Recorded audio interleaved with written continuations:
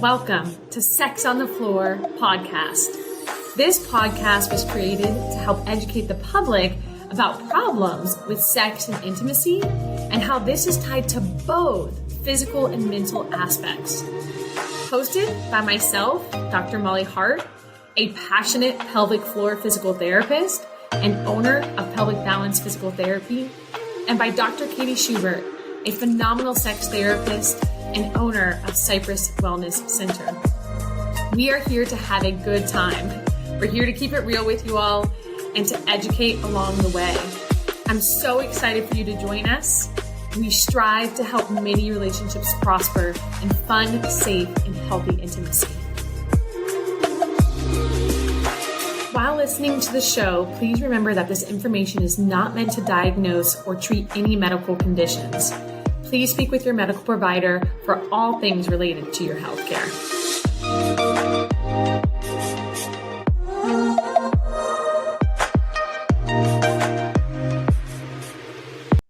Welcome back to Sex on the Floor.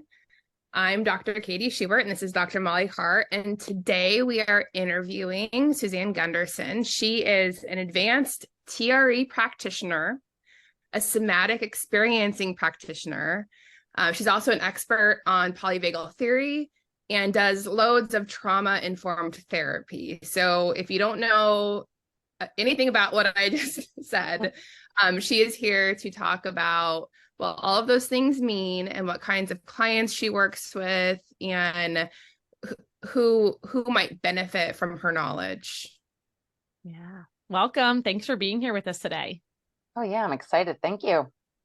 So can you tell our listeners now in your own words how you are here today? We were talking a little bit before we started this episode of like how you ended up in Florida and how you met Dr. Katie. So if you kind of want to walk us through what you were saying earlier so listeners have some context and we can just take the conversation from there. Sure, absolutely. So I grew up in the Northeast in a very normal dysfunctional household in the early 70s. You know, lots of alcoholism in the house, sexual abuse in the house. And by the time I was a teenager, I was chronically passing out and promptly diagnosed with a vagus nerve disorder because that was the problem, don't you know? So put on medication for many years, many decades. And then I had developed an emotional eating disorder. By the time I graduated college, I was over 500 pounds. And then, a decade later, I lived through 9/11. I lived in New York City at the time, was working there.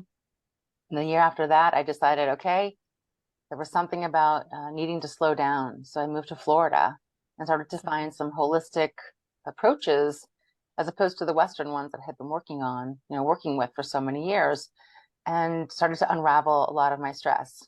And through all of the tools and techniques I learned, hypnosis, neurolinguistic programming, energy methods, nervous system regulation, somatic, all of that combined helped me regulate myself physically, emotionally, mentally, and it continues to be a daily practice. It's not something that you just go, okay, I'm done.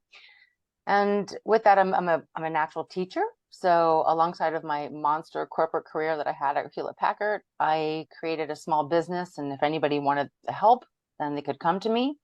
And then in 2017, I started doing this full time for myself. And I call myself kind of a somatic wellness practitioner. People who are on a healing journey, I help them make body-oriented breakthroughs to be able to lessen and reverse their symptoms and become self-healers. So I did that for many, many years in South Florida, where I lived over in Palm Beach County. And I just recently had moved over to the West Coast of Florida, and I'm looking for a new space to maybe take some local clients. And I reached out to Dr. Katie and just was impressed with what you're doing at Cypress and introduced myself, and here we are. Awesome. Thank you for sharing all of that. So you, the typical client that you see, well, I guess I'm going to back up and ask, is there a typical kind of client that you see? So great question. So a lot of the unique modalities that I do are very innovative, and they're not so mainstream. think about chiropractic acupuncture going back 20, 30 years. It was kind of like a quacky thing, right? So some of the things that I teach are very different, like how to use your body, how to sense and feel your body. People are, especially in Florida, I have found in South Florida, it's a vacation spot. They don't really want to go deep. So I was taking more national, international clients than I was local people. So I really wasn't able to pick and choose exactly the kind of client that I wanted. It was more people who were going to be open to what it is that I was teaching and sharing. And now, fast forward to 2023, and, the word trauma isn't such a dirty word anymore. Everyone seems to be like, oh, putting their hand up, like, yes, that's me, that's me, that's me. So I'm able to kind of niche down a little bit to say, I like to work with people who are 40, 45 or older, who have gone through some major life transition, whether it's kind of a life reset, awakening to early developmental trauma, have had relationship trauma, and helping them understand that the body is a huge component of their whole integrated healing recovery plan. And how I started to do that was I started to train therapists and clinicians.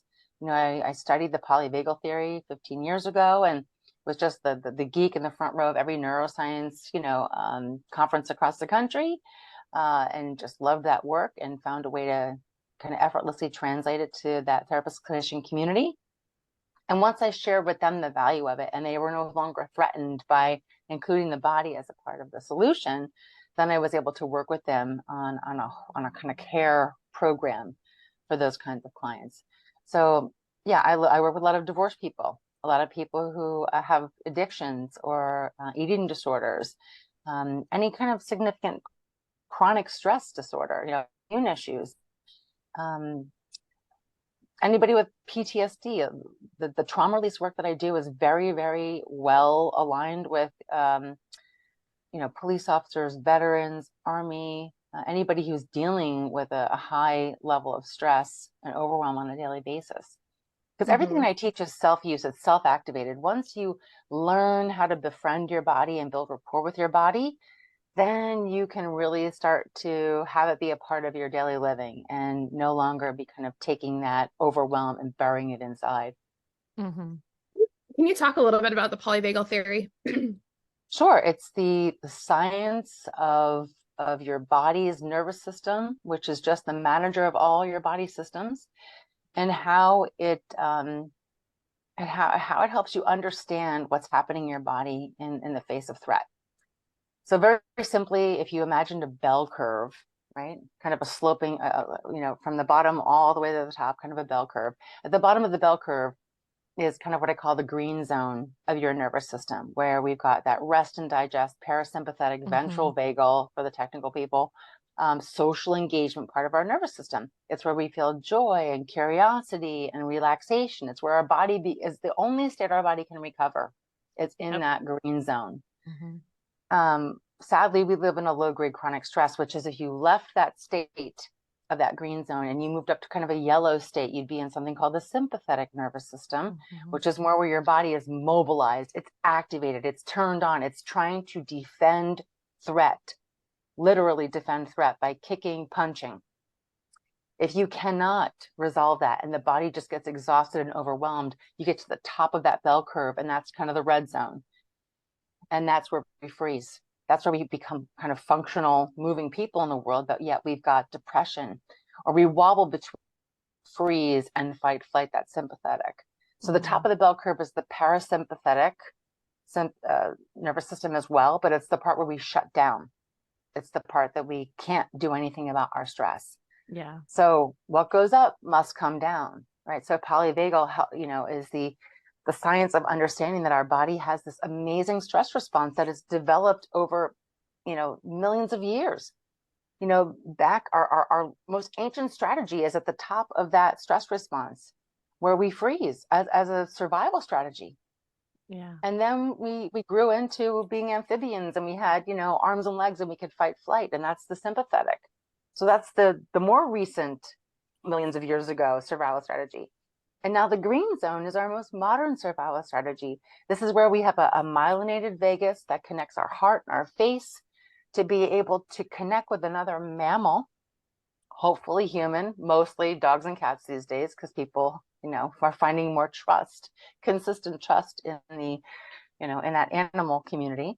But we have our human bodies are designed now to socially engage as a form of our most modern survival strategy. So if I'm threatened, I should be able to look to your facial expression and listen for your pleasant tone of voice with a nice prosody of that voice, a nice paced, speech, not too fast, just nice paced speech, and sense into a regulated heartbeat, right? To be able to help my body calm down. But I need that consistently, and I need that in a trusting way. So, think about South Florida. We're all Botoxed up over here. I mean, you look to somebody else's face. Are you there? Are you there? Like, what's your facial expression really saying? Think about a mother to a child, and she's Botoxed up, and the child's like looking for that facial recognition. And this is why a child, can go back and use these ancient strategies of survival. So back to the bell curve, right? So what goes up must come down. The green zone is the bottom, the ventral vagal state, where we should be looking to in the face of threat to another human, another mammal, to help me calm down in the moment, help me really settle back into being relaxed and know that I'm safe.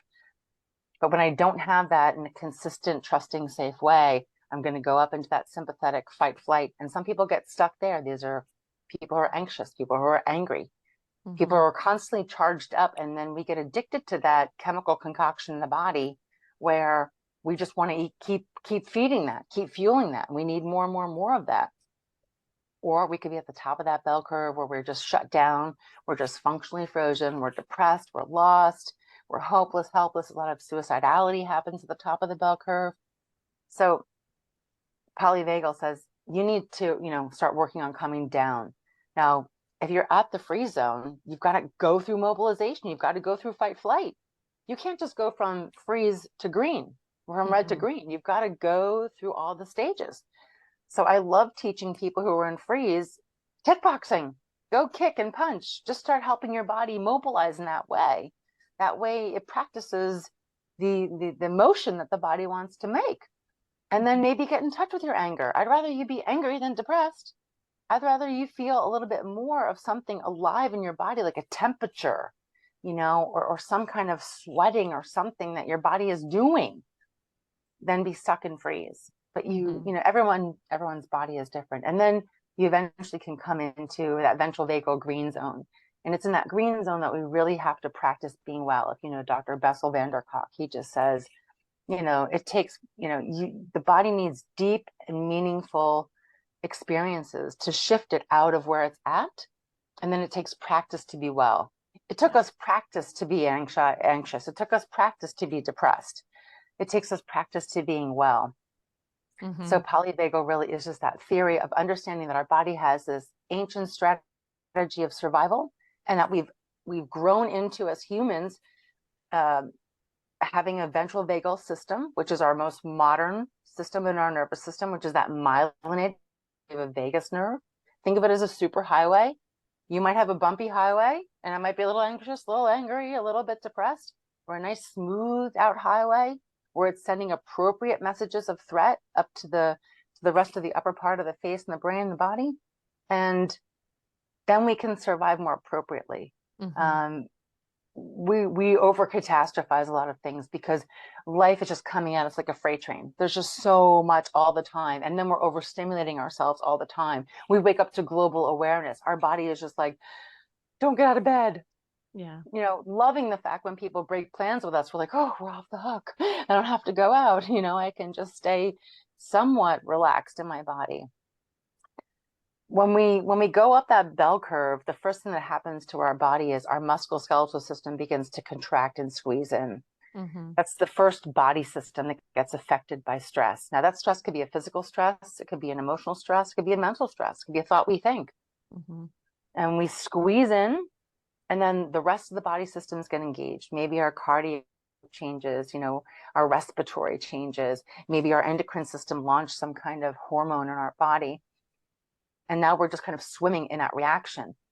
And so polyvagal helps us to know where we're at in the stages of using our nervous system as a survival strategy, and how we need to kind of start to bring some pulsation and healthy rhythm to come back down off of that, back to the green zone. So I'm always like, go green, go green, go green. How do we get there?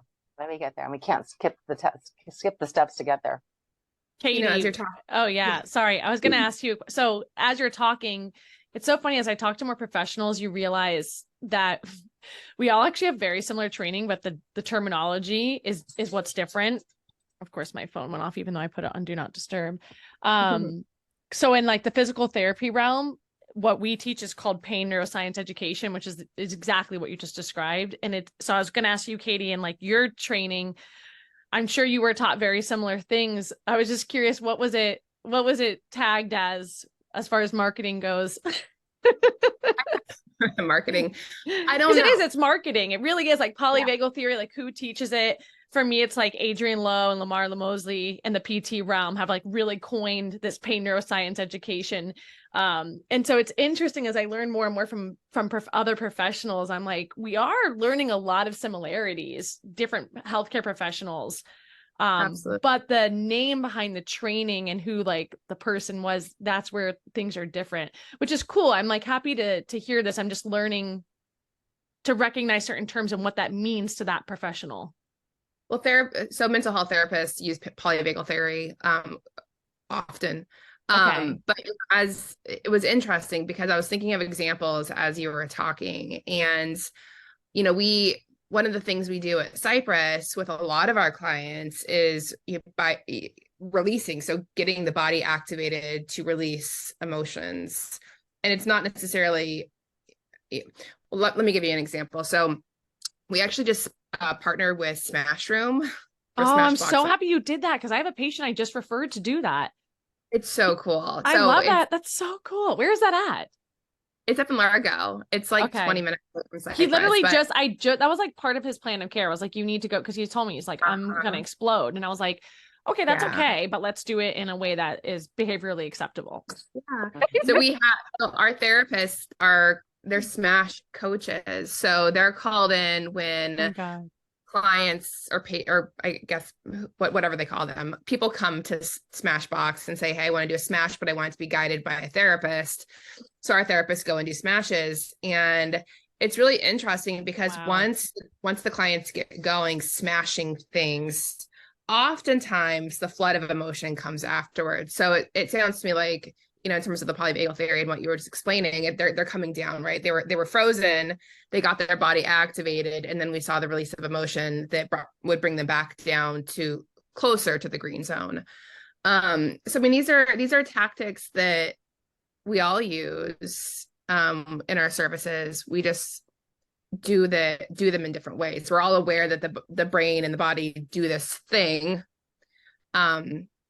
And we all have different tactics to help people come down out of that red zone, which is really interesting. Because I know, Molly, you've talked about, you do the arm and the fist, like the muscles, and oh my gosh. Oh yeah. When I tell my clients about this, I'm like, something about an arm and a fist. You're so funny. No, I love it. No, I mean, God, as a physical therapist, that's the biggest thing, is connecting the body and the mind together and helping people. Because the biggest challenge I have, Suzanne, is I do what you're doing, but then I'm working with bodies that are so broken, physically broken, that they physically can't just go join a class. They can't just go smash. Actually, if they were to do that, they would flare their physical body so bad. So it's teaching them to move, that movement can be safe. They actually get truly fear avoidant to move, because it causes such a detrimental response to them. Typically, because of stress and anxiety being so chronic and getting to that frozen state. And it's interesting, there's a book I just recently read, and they categorize stress as like stress type 1, 2, and 3. And if I think about your bell curve, like stress 1 is actually beautiful. I tell people sympathetic state has gotten like a bad rep. It's actually a beautiful state to be in. I'm like, we are so productive. When you're in sympathetic state, I tell my patients, I'm like, just like kill it at work, go to the gym, like get a great workout. And then when you're in parasympathetic mode and you're with people, we're at home resting, be present there. So like just really learning to be present and aware of what state you're in. But yeah, it's the fist thing that has to do with what's called like active insufficiency and passive insufficiency. So that's a totally different thing. But you explained it with the parasympathetic and the sympathetic, right? Or am I completely misremembering what you explained? You're misremembering, but that's okay. I that is one of my favorite examples. So I know thing too, but it's not that. So are you talking about the brain thing? You're not talking about this. Dr. Siegel. Yes. The brainstem. You're talking about this, Katie.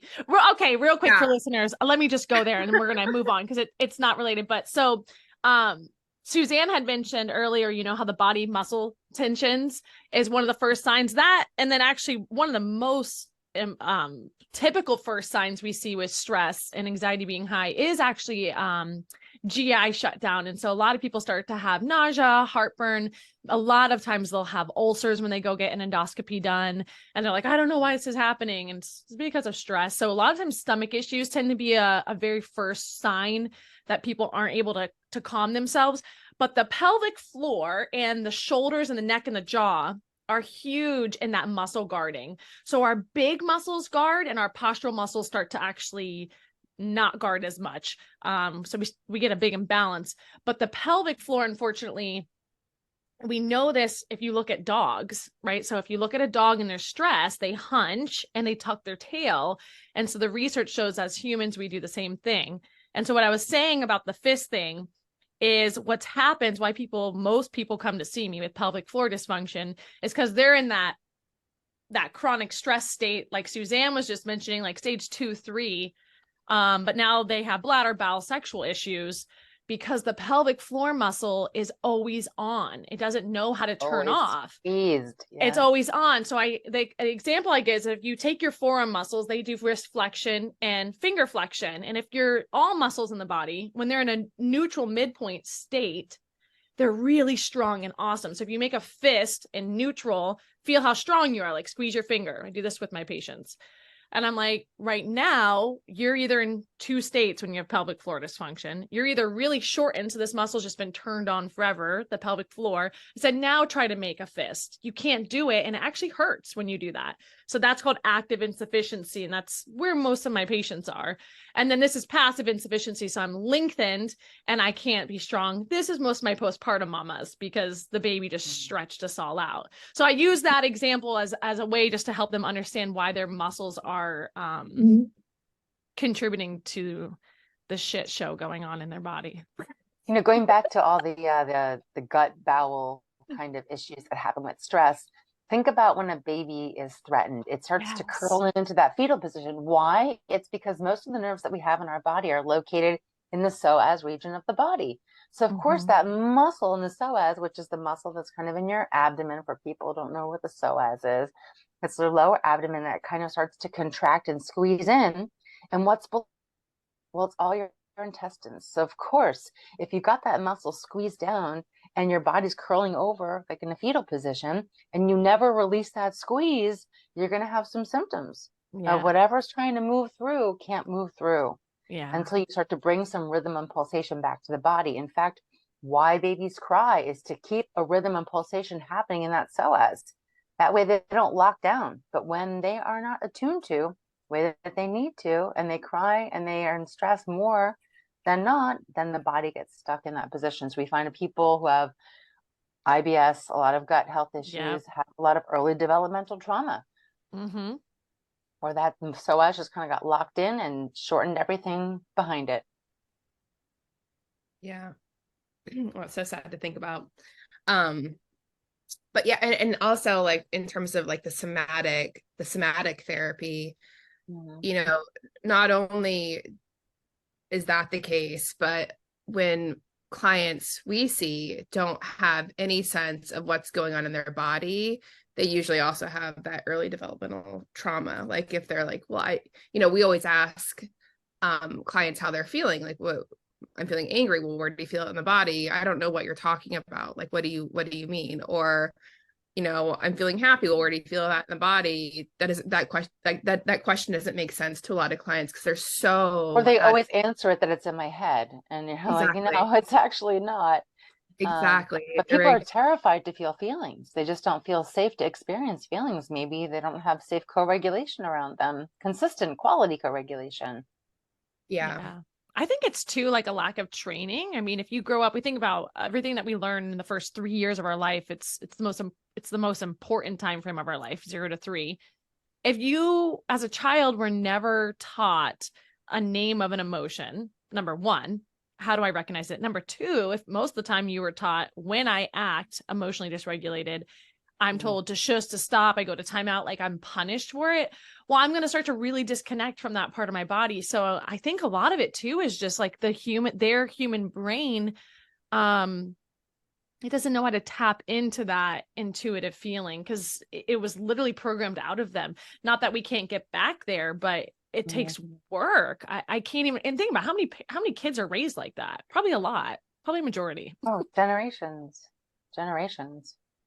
Yeah. I feel like what's happening now is that, like, we're just living in very transformative times where we're unraveling a lot of these belief systems that had us living in cycles of self-betrayal, whether they were groups, organizations, institutions, cultures, religions, and they're all control based and by having us betray ourselves. And so the body had to lock down. If we betrayed ourselves and we said no to the body, well, the body's going to be stuck there.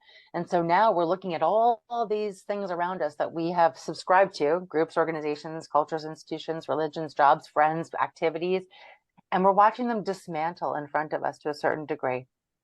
And it's liberating our body from being attached to that stuck place. But we're walking this hallway between what was and how we lived and where we're going. And it's kind of this very precarious, oh my gosh, I have to be in my body. What does sensation feel like? So when you're saying, Dr. Katie, about how people are like telling me, oh, anxiety's in my head, stress is in my head. Well, somatic experiencing is the first step to helping people become aware of sensation in the body, right? Rub your hands together. What do you feel? Right? Rub your foot on a spiky ball. What are you feeling? Do you feel a temperature change? Do you feel tingly? Does it feel tight? Just even the smallest bits of somatic experiencing. Somatic means body. Experiencing means experiencing what's happening in the present moment. And then once you start to begin having awareness that you have a body, then you can go from there and start unwinding the tension pattern, which is the first place we need to start. Because the issues in the tissues, they say all those issues that we have are buried in our fascia, which is that cellulose, fibrous, gluey stuff that holds our whole musculoskeletal system together. And so you can go and get, myofascial release or cupping or some kind of like very manual, painful type of fascia release, or you can learn how to naturally loosen that fascia of your body and be able to allow those muscles, joints, and tendons to kind of flank around underneath and unwind and become more rhythmic and become more organized. And then when the body settles into like a nice calm state, because I'm no longer holding on to a tension pattern, then it can restore. Remember that green zone requires the musculoskeletal system to be in deep states of relaxation for it to recover. We cannot recover in fight, flight, freeze. We can't. We attempt to lose weight. We attempt to have better conversations. We attempt to do other things when we're there. And it's just not going to happen. Yeah, that part for the loss of weight, I tell my postpartum mamas a lot. They're like, I don't know why I'm not losing weight. And I'm like, well, as long as unfortunately you're in this high stress state, it's not going to happen. And I said, there's unfortunately going to have to be some acceptance to that. I think it's important we listen to the danger messages that you're feeling right now, which is that you're trying to raise 2 kids, your husband doesn't help, and you're working full time. And in all reality, you're overloaded. And so as long as life stays like this, unfortunately, like this is going to be the state that you're in. There's no shortcut around it other than changing your environment. So we talk a lot about that. Like what changes are you willing and able to make right now? But it's hard. It's so hard being a human, I think, in today's society too, because to have a balanced life, number one, requires an incredible amount of education. Like all 3 of us, we understand this stuff. And think about how much work we are actively putting into our daily life and our decision-making and our habits, the things we're deciding for our families to allow for this. 3 very educated women. So like you take the general population who doesn't know this. And I'm like, oh my gosh, like we're so doomed in a way. We see beautiful change with my patients when they come in and we work with them, but it's such a process. And, the majority unfortunately aren't. Well, I mean, we have just the last few decades, healing has always meant talk therapy. And Yeah. I think a lot of people who are just done talking or don't want to talk or have just symptoms that they can't, that they're ready to try anything. They're ready to try anything. Yeah. And so we're living in those times now where people are more open to these kinds of, and my first step was to train therapists and clinicians because they're part of the problem, because they kept telling people this is how you heal. But yet the mind is the last part of the healing process. It's the final piece. Going back to my version of the fist, which is the Dr. Dan Siegel version. Right? Yeah, You think Dr. about, Dan Siegel, yeah. right? You've got the brain stem here's at your wrist, underneath, if you squeezed your hand kind of and you turned it to the side, underneath is the limbic system, the emotional system, and the top is the neocortex where you think rationally. This trying to reframe this story when the body's overwhelmed down here, you can't do it. You just can't do it. You can't do it long-term successfully. But when you calm and deeply relax the body and help the body begin to recover, well, then your emotions are able to be tolerated. You have much more capacity, aka resilience. You have ability to think more clearly and more broadly than you could when your body's overwhelmed. I always tell people, you see somebody who's hysterical and you tell them, calm down. How well does that work? It doesn't work because they can't think clearly about it. They're in the middle of a tornado. You have to show them how to deeply relax the body. And from there, then they'll be able to, handle the emotions coming up because they'll move through them. They won't be resisting them. And the thinking mind can open up more clearly. Yeah. Most therapists, I mean, maybe back in the day it was more cerebral, more CBT based, but I think a lot of therapists today do incorporate more somatic based therapies because, you got to get your body on board. But one thing I wanted to mention previously, and I'm a trained sociologist, so this is all, I have a few degrees, but sociology is one of them.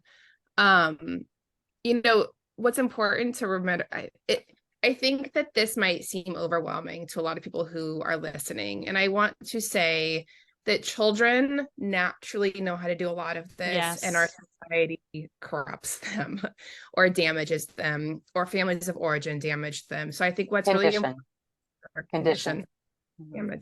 whatever. Yeah. I think what's important to remember, if you are a parent, if you are raising children, that you can mitigate so much of this by helping your children be in touch with their bodies and what their bodies are telling them about their life experiences. Our 5-year-old always talks about how his body is reacting to emotions. His tummy tickles. That's what he says when he's happy. Sometimes when he gets really upset, we ask, well, why did you do that? Why did you hit your sister? My brain told me to, and we have to tell him about, we teach him about why that's the case and maybe how to, calm down. We show him how to co-regulate, which is, what Stan was talking about previously with the mirroring. Adults need to show children how to react to tough situations by putting that on their face and deep breathing with them. So a lot of this can be mitigated by parenting strategy. So it's not an all is lost. This is, what the future of our society is going to look like. We can make sure the damage or the conditioning doesn't occur in the first place. Yeah, I'm excited to see. So much more aware now. Yeah, I'm excited to see like my generation, Katie's generation of parenting. I mean, I think we're doing such a better job at teaching our kids this because we know now. I mean, gosh, it's all over the internet. And I'm excited to see what type of adults that produces. Just being so in tune really is what it like. My biggest thing that I just strive for is just teaching my kids to be so in touch and in tune with their own body. I don't think there's anything more important. It's like every time my kids get hurt, I don't even know if they're hurt. They fall, they look like they injured themselves. The first thing I do very calmly is just say, what is your body saying?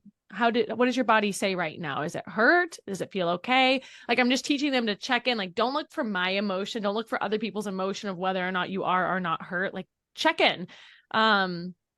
and then validating their choices. Like every time my daughter makes any choice, I'm like, great choice. It was a good choice because it was your decision that you made, not somebody forced on you. Especially with social media being so ridiculous now. I don't even know how to approach that with my kids because I didn't have it when I was growing up to this level. But I'm like, there's so much influence now and you're just so bombarded that it's confusing people. Like Suzanne was saying, I love that you said that. Like we're kind of in this leeway portion right now where we're breaking down these intensive structures, but we don't have new structures built. And I think it's extremely confusing for a lot of people in the teenage 20s age. I think we're seeing that there's a lot of stress and anxiety related to that, because then what do they look to for a structure? For me, I want my kids, I don't want you to look to anything for structure other than what's within you. That's all I did. My mom taught me to be so intuitive. I never looked at what anybody else was doing. I never even gave a crap, to be honest. And I realized that's not necessarily normal. And then I just created what I wanted. That came to me, that God gave me, like this idea to do this, to do that. It came natural. So I'm like, if I can teach my kids to be in touch, that'd be the greatest gift I think I can ever give them. And last little thing is, if you're a parent listening, there is a course called Big Little Feelings. Have you heard of that, Katie? I think so. It's super cheap. It's like $47. It's an online course. There's 2 people on there that are teaching it, and it's such a great course. You can just binge listen to it. I would say listen to it if you can listen to it 2 or 3 times, so you can actually retrain yourself, parents, because that's what it is. Such a great way to understand how to teach your kids to understand their body and just parent toddlers, because they're difficult. Oh, yes.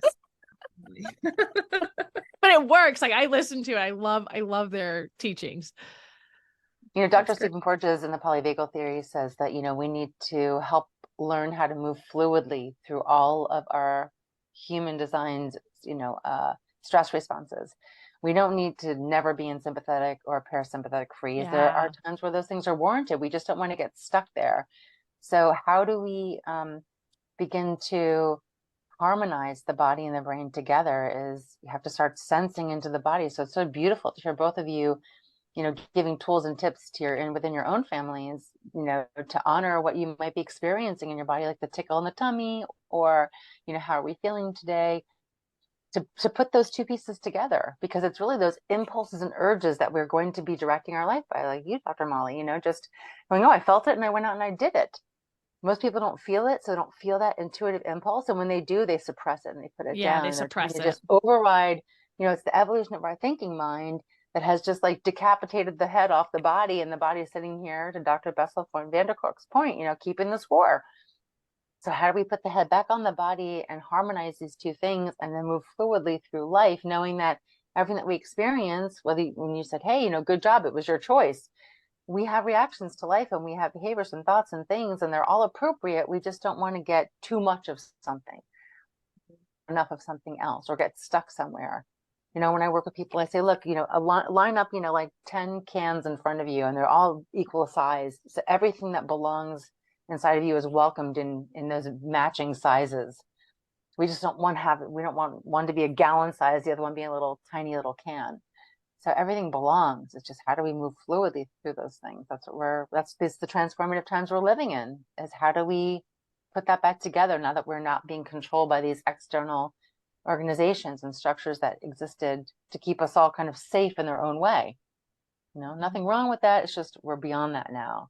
And we're just moving much more quickly in our evolution. Yeah. And information spreads so much quicker too, which is scary, actually, a little bit. Good and we wake scary. up to global awareness, you know, you wake up and you look at your phone, you can see what's happening across the globe. I have a question about that for you all, because I have my own ideology about it, but I'm not saying it's right. It's just how I've chose to live. What do you think about that people have the ability to know every little thing that's going on in the world? That's typically bad, all the bad things that are going on in the world. What do you think about that for society?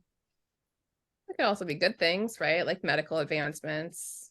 I mean, if you think about how we're using information and knowledge nowadays, we're progressing so much faster than we used to because we can share knowledge. Information, yeah. So, I mean, there are a lot of, and, you know, when social movements are so much more effective now because of information spreading, the fact that, you know, social movements can rally lots of people all over the globe to be in a certain place at a certain time doing a certain thing. I mean, there's a lot of really great things that come from that. But you're right. There's also a lot of negative things. Well, no, I think all that's good. I guess my question is, what do you say to patients? Because I have some patients who they come in, they're just like devastated. They're finally doing better. They come in, their whole affect is down. I'm like, what's going on? And I'm like, oh, because of the war. And they're telling me, I just can't because of the war going on. And it just destroys their whole month. And I have a problem with that. I do. I understand it. I'm validating what's going on, but I'm like, why we allow things that are so much bigger than us to just destroy our personal environment. And it does, I'm not going to lie, it bothers me because I don't feel that now, if we're going to do that, if we're going to allow all these negative things that are happening in the world, which will always happen to me, I'm like, we're all sinful beings. There's always going to be devastation. I'm not saying this is the right way. This is where my mind is currently in my life. And I'm like, but if we focus on that, then we're letting that zap our energy. And now we're not able to go out and energetically give our gifts to the world. And so something that, like, what do you do with patients or clients that are just so hyper focused on what's going on globally in the world and not really present with what's happening right in front of them? Well, what's happening to them? What's happening to their bodies right now? Right? They're just addicted to that stimulation. Yeah. And addicted to a lot of stimulation. and there's a lot of stimulation to be consumed.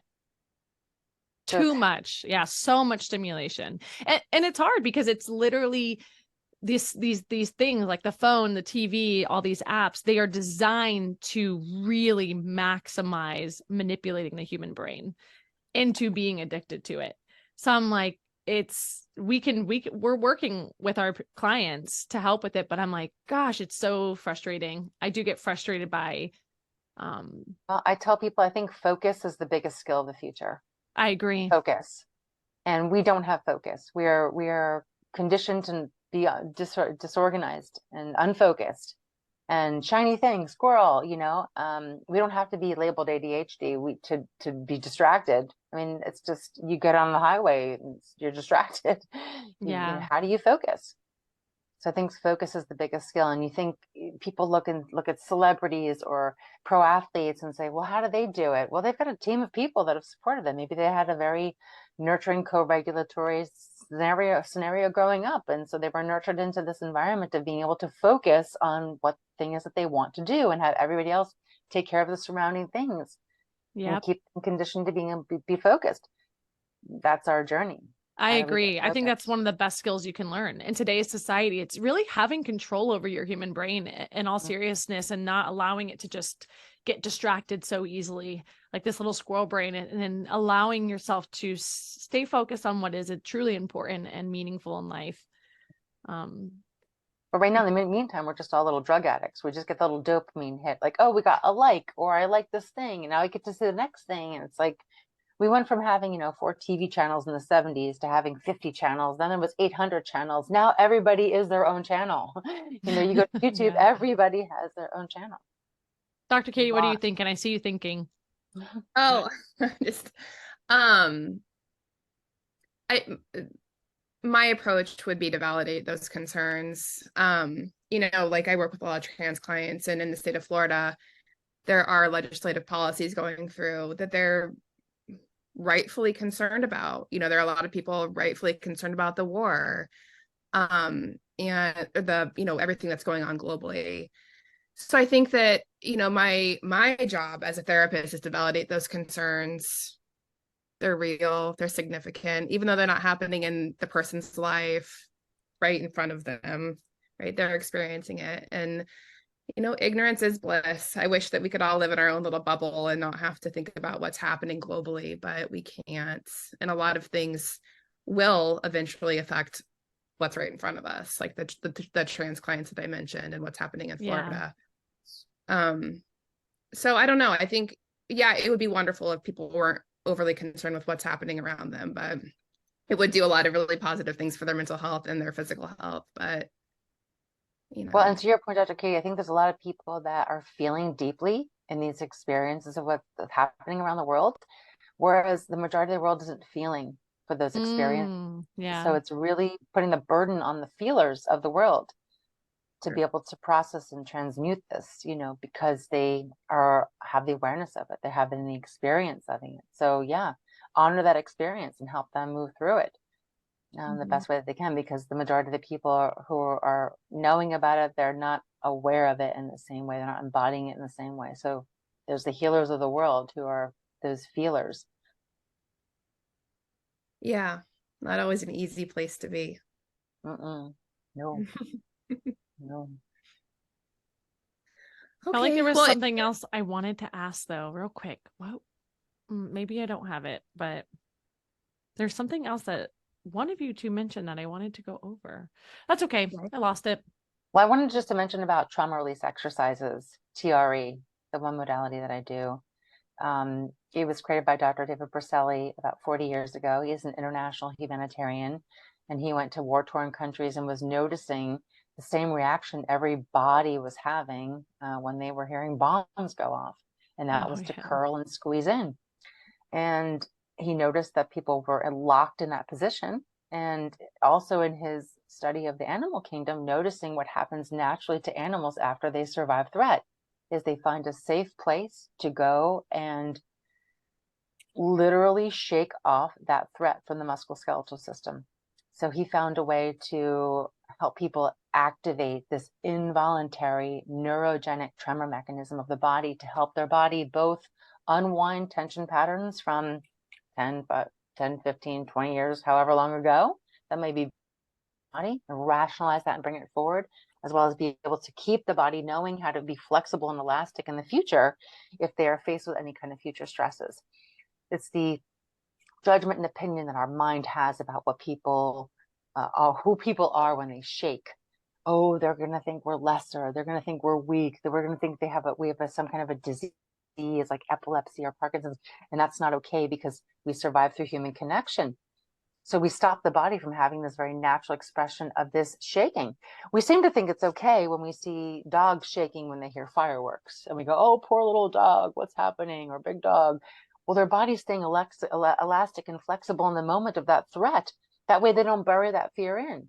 But if they were being chased in the wild and, an impala got captured by a lion and was able to eventually escape, it would go to another place safe in the forest, and it would literally shake out that experience, because any kind of fear buried in the body would be in an animal's body would translate to them being prey for the next day. Yet we as humans, we forget that we're mammals, and we carry that fear in our muscles, joints, and tendons locked down by the fascia of the body.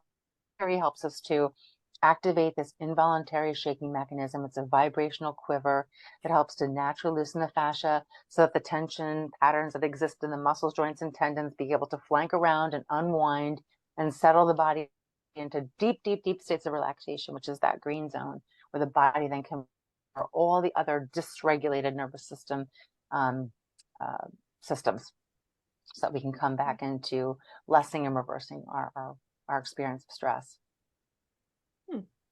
Very interesting.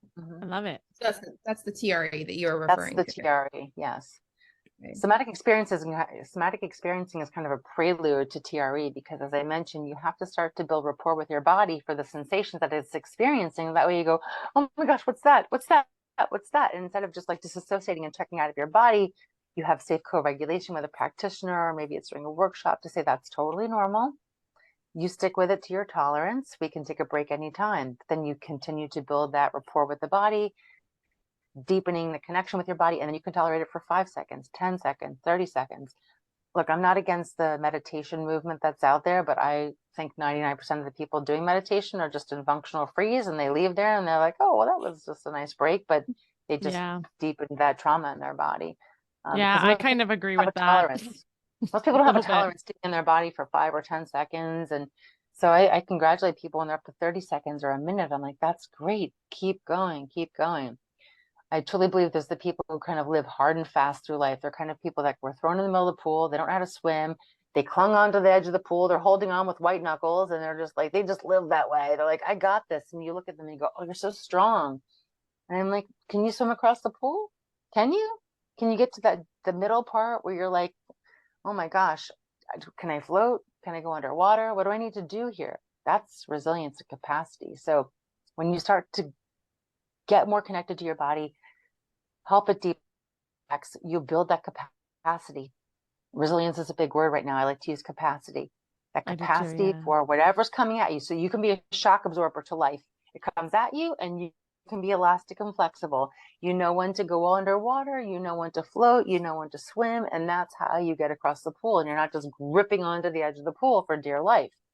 Yeah. Those people develop pain and disease, physical, emotional, mental. And then we go, oh, they died of that. They died of that. Oh, they had, no, building capacity is the name of the game. You got to be able lift the hand off the side of the agree. pool. Oh, I can. An analogy I've been using for capacity that I like, that I want to share is, you know how we always talk about financially, we want an emergency fund? Because that's really your capacity for your finances, is make sure you have an emergency fund, because when life throws shit at you, you've got it there. So I always tell my patients, once they get to a level of what I call like baseline, they can do everyday basic life, no large stressors. But then a large stressor will come in and flare them physically, emotionally. I'm like, okay, so now we're going to work on building your emergency fund. This is your capacity of your body. So I said, it's now that we're in a safe space in life and we have the time to build capacity in your emergency fund, let's really work on that. So that way, now when life throws all these different random things like a hurricane and you have to pack up your whole house, you physically can do that and not be now flared for an entire month and have to come back to physical therapy. So it's so, yeah, I love that. Yeah. Capacity. That's a great analogy. It allows them to understand it more. I found, I don't think people, when I say capacity and resiliency, they don't get it. My patients don't seem to fully understand what I'm saying, but when I say that, they're like, oh, okay. And then I tell them when life is hard, like when my patients are in a state of just like total freaking hardship, like sometimes we just are in a state of hardship, I'm like, your job right now is not to build capacity. I said, your job is to survive. Let's make sure we don't decondition. Let's make sure we don't go backwards. So how do we survive this period and at least stay here? And when things calm, we can start to build that capacity. But I'm like, ain't gonna happen right now. So there's some roller coaster rides that you can watch on YouTube videos that are like the couples that go on those slingshot roller coasters. And there's just two of them, and you watch people's reaction to it. And some people are like having the thrill of their life, and you're just like, oh my gosh, how are you doing this, right? And other people are just screaming or have the death grip onto the handles, and other people are completely frozen, eyes bugged open, mouth and jaw just dropped, frozen the whole entire time. So interesting to see that every body has a different level of capacity, different level of resilience, different level of their emergency fund, and yet we judge each other like we're exactly the same. We're just not. You just can't judge a book by its cover. You think, oh, big, strong, burly man, he might go into freeze, you know. Whereas the tiny little might stay present in the experience of threat. So I like to always explain it a lot to my postpartum women, because postpartum women are so judgmental on ourselves. They're like, well, my friend, she already lost the weight and she's doing this and that. I'm like, please stop comparing. And so what I'll do is I'll list out what's going on in their current environment, like what danger and safety inputs are currently happening. And I'm like, what does your friend have? And like, oh, they have a husband who's supportive, who's home. Oh, they have their whole family. Oh, they have a nanny at home. I'm like, okay, so they have all this safety input and you have zero safety support right now, practically. And I'm like, you cannot compare yourself. We're all going through our own different experiences, but again, a lack of awareness of what our body is reacting to allows you to not really give yourself that grace, I think, that we all deserve to give ourselves. So true. Well, this was great. Thank you so much for sharing all your wisdom. And I love hearing from other providers the way they word things, because certain people will hear certain things said a specific way and actually like grasp it. And so I loved all your little analogies and the way you explain stuff. Okay, last little thing, and then we're going to wrap it up in a minute. Can you just share one brief little thing you would say right now to start with somebody who maybe is in that really intense frozen chronic state? What's one action move they could do right now? Oh, I'm so glad you asked this because there's 3 things I love to teach that are very, very simple. First is I want you to exhale. When we're stressed, we hold our breath. And a lot of people say, just breathe. What does that mean? People often take in more air. What we really need to do is exhale. So if you're stressed out, just audibly exhale. That's easy thing that you can do. That exhale is going to do a couple things. It's going to vibrate the vagus in the back of the throat and help that calm down, smooth out. It's going to signal to your body that threat is over. And then you're going to be able to start to recover. Another thing I love to do is you take your feet. If your feet are I'm making a motion with my hands as my feet right now. Yeah. But if you just lean into the outer edge of your feet, smash your toes like a ballerina and start to bring some groundedness to your feet. You can be in your shoes, you can be on a carpet, on tile, you can be outside, wherever, and start to notice when you start to, stretch your toes, stretch your feet a little bit. You feel that burning sensation. Your feet will get heavier, and this will help us get out of our head and back into our body again, right? Yeah. And the last one I love to do is just squeeze all your muscles in and then release them. Squeeze everything in. So you want to just tighten all your leg muscles, squeeze your toes onto the floor in your shoes, shrug your shoulders, straighten your arms, make fists with your hands, squeeze everything and release, and do that a couple of times and start to bring some evenness of your experience of your body, to your awareness. So those 3 things are something you can start to do right now that are very simple. That'll help you stress regulate in the moment. So exhale, even humming is great. The list goes on and on. But just simple things, just learn how to operate our body and help our body deeply relax. Thank you for that. So if you're listening and you feel like you're in one of those states, just some simple things that you can hopefully leave this episode with. And just know there's always so much hope, and our body is incredible. Our nervous system is super adaptable. It's always adapting. You're never stuck. You can always adapt. Just your choice of which way you're going to adapt. All right. Well, thank you so much, Suzanne. This was wonderful. Thank you all for listening to this episode. If you guys have any questions for us, please email us. You can message us on social media. We'll make sure that we have all of Suzanne's information so you can contact her as well. And you guys have a beautiful rest of your day. Thank you.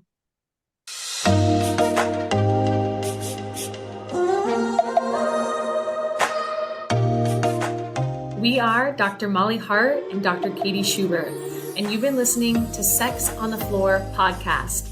We really hope that you enjoyed this episode. If you have any questions and want to get in contact with us, you can follow us on Instagram at Dr. Molly Hart and at Dr. Katie Schubert, on Facebook at Pelvic Balance PT and at Dr. Katie Schubert.